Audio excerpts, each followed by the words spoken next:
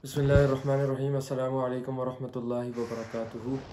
अक्स नक़ीस की बात चल रही थी, उसी में आज तीसरा या चौथा सबक है। तो अब दलील सबसे पहले ये मतन की इबारत पढ़ लेते हैं। वल बयानुल बयानु वन नक़्ज़ुन नक़्ज़ु वक़द बुय्यिना इन्इकासुल ख़ासतैन मिनल मूजिबतिल जुज़इय्यति हाहुना। जो वहाँ दलील है वो यहाँ दलील है, जो वहाँ नक़ज़ है वो यहाँ नक़ज़ है, और जो मूजबा जुज़िया में से और वहाँ सालबा जुज़िया में से ख़ासतैन का उर्फ़िया ख़ासा की तरफ जो है मुनाकिस होना दलील इफ्तराज़ के साथ बयान किए गए, लिहाजा तू गौर कर।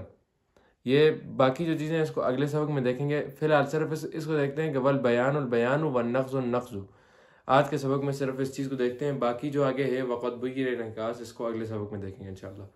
तो आज का सबक थोड़ा छोटा ही होगा। अच्छा देखें, बुनियादी तौर पर जो ये कहा है ना वल बयानुल बयानु, इसमें जो पहला बयान है, पहले बयान से मुराद वो अक्स मुस्तवी का बयान का मतलब कि दलील है, ठीक है। अब जो पहला बयान है ये अक्स मुस्तवी का, और दूसरा बयान किसका? अक्स नक़ीस का। कहते हैं कि जो दलील वहाँ पर थी वो दलील यहाँ पर है, जो नक़्ज़ वहाँ पर था वो नक़्ज़ यहाँ पर है। अब इसकी तफसील देखते हैं कि क्या मतलब है इस बात का। देखिए, अब दलील जो है अक्स मुस्तवी में जो दलील है, अक्स नक़ीज़ में भी वही दलील है। वल बयानुल बयानु क्या मतलब कि यानी अब मतलब ये होगा कि जिस मादा में असल क़ज़िया सादिक होकर अक्स मुस्तवी सादिक नहीं होता था, इसी मादा में असल क़ज़िया सादिक होकर अक्स नक़ीज़ भी सादिक नहीं होगा। क्या मतलब?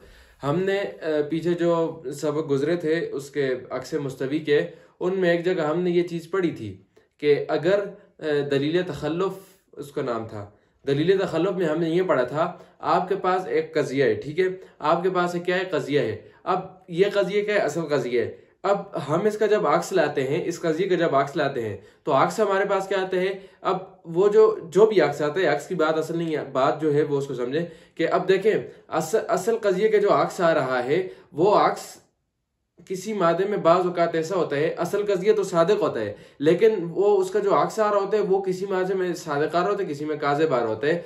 क्या मतलब कि हमने कहा था किसी चीज़ का अक्स वो है जो इसको हमेशा क्या होगा? लाजिम होगा। यानी अगर असल सादिक होगा तो अक्स भी लाजमी तौर पर सादिक होगा हर मादे में।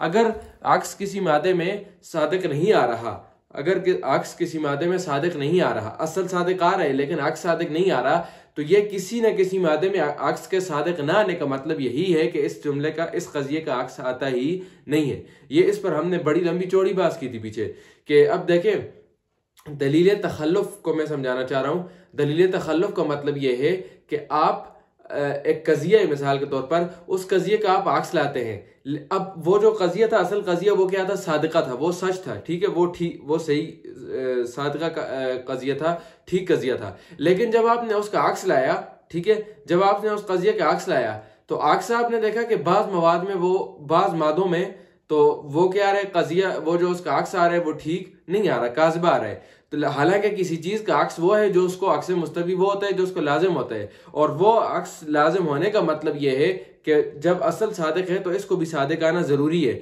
जब ये असल सादिक आ रहा है और उसका अक्स सादिक नहीं आ रहा, तो इसका मतलब यह है कि इस असल का अक्स आता ही नहीं है।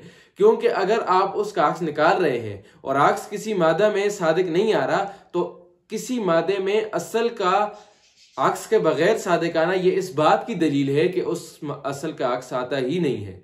ये है दलील तखल्लुफ़। तो ये बात यहाँ भी कहते हैं कि जिन क़ज़ियों में हमने वहां पर पढ़ा था कि दलील के उनका, ये जिस तरह हमने इसी अक्स नक़ीज़ में पढ़ लिया ना कि जिस तरह जिन क़ज़ियों को वहां पर अक्स नक़ीज़ नहीं, अक्स मुस्तवी नहीं आता था, उन क़ज़ियों का यहाँ पर भी, जिन मुजबात का वहां पर अक्स मुस्तवी नहीं आता था, उन सवालिब का यहाँ पर अक्स नक़ीज़ नहीं आएगा।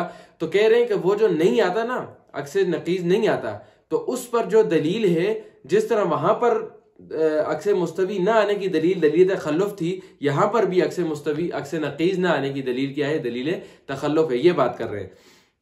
इसी तरह अब दूसरी बात, ये तो हो गया किसका? दलील का। इसकी मिसाल को देख लेते हैं कि देखें जिस तरह अक्स मुस्तवी में दाविये मज़कूरा का मतलब मज़कूरा दावे, वो जो हमने दावे किए थे, अक्स मुस्तवी के अंदर के मुख्तलिफ दावात हमने किए थे, दावी किए थे। हमने उनमें, मैं एक मिसाल दे देता हूँ, हमने कहा था कि इसका अक्स ये आता है, इसका अक्स ये आता है। मिसाल के तौर पर अब जहाँ तक मुझे याद आ रहा है वो ये था कि किसका, दायमा मुतलका का मेरे ख्याल से हिनिया मुतलका आता है, बहरहाल जो भी आता है उसको मैं अभी देख कर बता देता हूँ। तो अब वो जो हमने कहा था कि इस तरह इसका अक्स आएगा, इसका अक्स इस तरह आएगा, क्योंकि अगर आप इसका अक्स इस तरह नहीं मानते तो फिर इसका उलट आएगा, और उलट मानने से आपको क्या हो जाएगा, उलट मानने से ये खराबी लाजिम आएगी कि आप जो है सलब शै अन नफ्स ही वाली खराबी लाजिम आएगी, और जब वो खराबी लाजिम आएगी तो फिर इससे ये मसला होगा, ये मसला होगा, वो जो सारी चीज़ें हमने पढ़ी थी।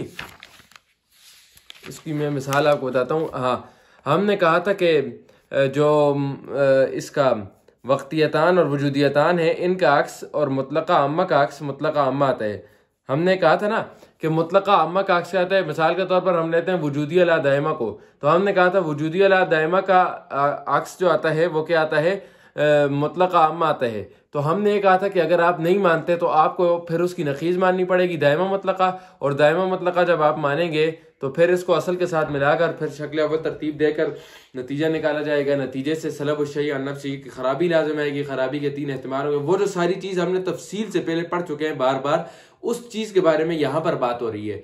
उसको हम कहते हैं दलील तखल्लुफ, कि अगर आप एक चीज़ को नहीं मानेंगे तो आपको उसकी नकीज़ माननी पड़ेगी, नकीज़ को असल के साथ मिलाएंगे, नतीजा गलत आएगा ना। गलत होने की क्या वजह है वो देखेंगे। ये जो दलील है ना, ये जो पूरी हम दलील पेश कर रहे हैं, पूरा प्रोसेस पेश कर रहे हैं, यही प्रोसेस का नाम है दलील तखल्लुफ या दलील खौफ, जो भी कह दें। तो कह रहे हैं कि वहां पर जो दावे हमने पेश किए थे उन पर यह दलाइल पेश किए थे कि यह दलील खुल्फ है, कि इस दलील को आप मानेंगे तो जब यह दलील आप पेश कर देंगे तो इस दलील के मुताबिक हमें यह पता चलेगा कि इसका अक्स यही आ रहा है। जिस तरह हमने वहां पर अक्स मुस्तवी को दलील तखल्लुफ से साबित किया था, यहाँ पर अक्स नकीज़ भी दलील तखल्लुफ से साबित होगा कि वहां पर उसका अक्स ये आता है, ये नहीं आता। तो जब यहाँ पर हम कहेंगे इसका अक्स नकीज़ ये आता है तो हम इस पर भी यही दलील देंगे कि इसका अक्स नकीज़ ये आता है, आप नहीं मानेंगे तो ये आएगा ये। अब इसकी मिसाल एक मैं बयान कर रहा हूँ कि हम कहते हैं कुल्लु इंसान हैवान, इसी का अक्स नकीज़ हम लाते हैं तो हमारे पास आता है कुल्लु ला हैवान ला इंसान। ये दोनों सादिक हैं कि हर हैवान कुल्लु इंसान हैवान, ये क्या है, सादिक है, हर इंसान हैवान है। इसी की नकीज़ नहीं अक्स नकीज़ हम लाते हैं तो आता है कुल्लु ला इंसान ला हैवान, कुल्लु ला हैवान ला इंसान। तो ये भी ठीक है, क्योंकि जो हैवान नहीं वो तो इंसान भी नहीं।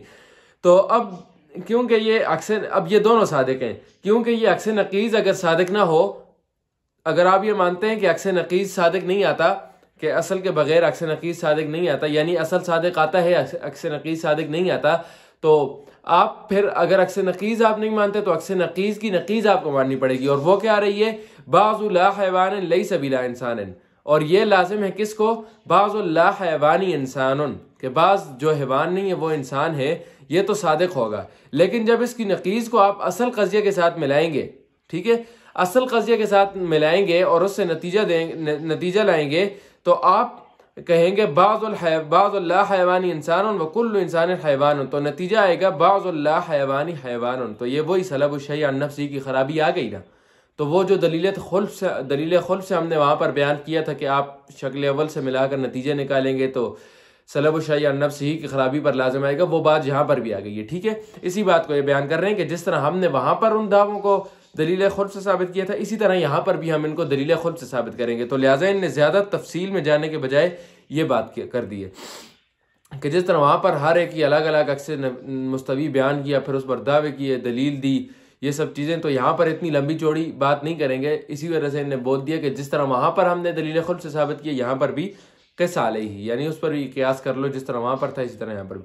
आगे कौलुहु वल बयानु अल बयान कमान मतालिब मज़कूरत फ़िल अक्स वल मुस्तवी कानत तस्बुतु बिल खुल्फ अल मज़कूर फ़क़ज़ा हा हुना। तो ये चीज़ इस पर मैंने बात कर ली है कि बयान दलील किस तरह वहाँ पर थी और किस तरह यहाँ पर, ये चीज़ मैं अभी यही चीज़ बताई है।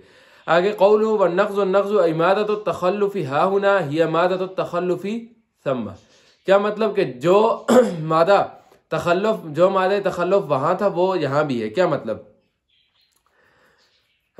मतलब यहाँ पर यह है कि जिस तरह अक्स मुस्तवी में जिन मुवज्जहात का अक्स मुस्तवी नहीं आता था, उनकी दलील तख़ल्लुफ़ थी, इसी तरह यहाँ पर जिन मुवज्जहात का अक्स नकीज़ नहीं आएगा उनकी दलील भी क्या होगी, दलील तखल्लुफ थी। ये भी वही बात है कि हमने वहाँ पर मुवज्जहात में जिन का कहा था ना, कि वही बात दोबारा लौट कर आ रही है कि मुजबात में से 11 के हुकूस आते हैं, 5 के हुकूस नहीं आते। इसी तरह मुवज्जहात में से ये हुकूस मुस्तविया का बोल रहा हूँ, और मुवज्जहा जो सवालिब थे, सवालिब में से 6 के हुकूस आते हैं और 9 के हुकूस नहीं आते। तो जो 5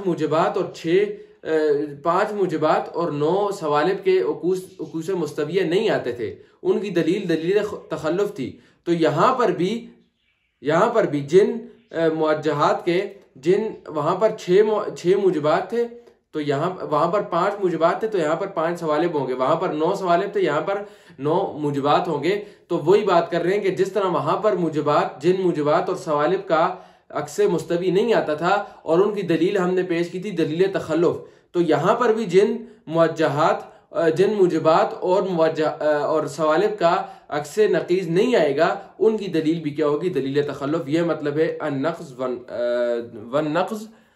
नक़्ज़। तो ये मतलब है इसका। इससे आगे इंशाअल्लाह अगले सबक में।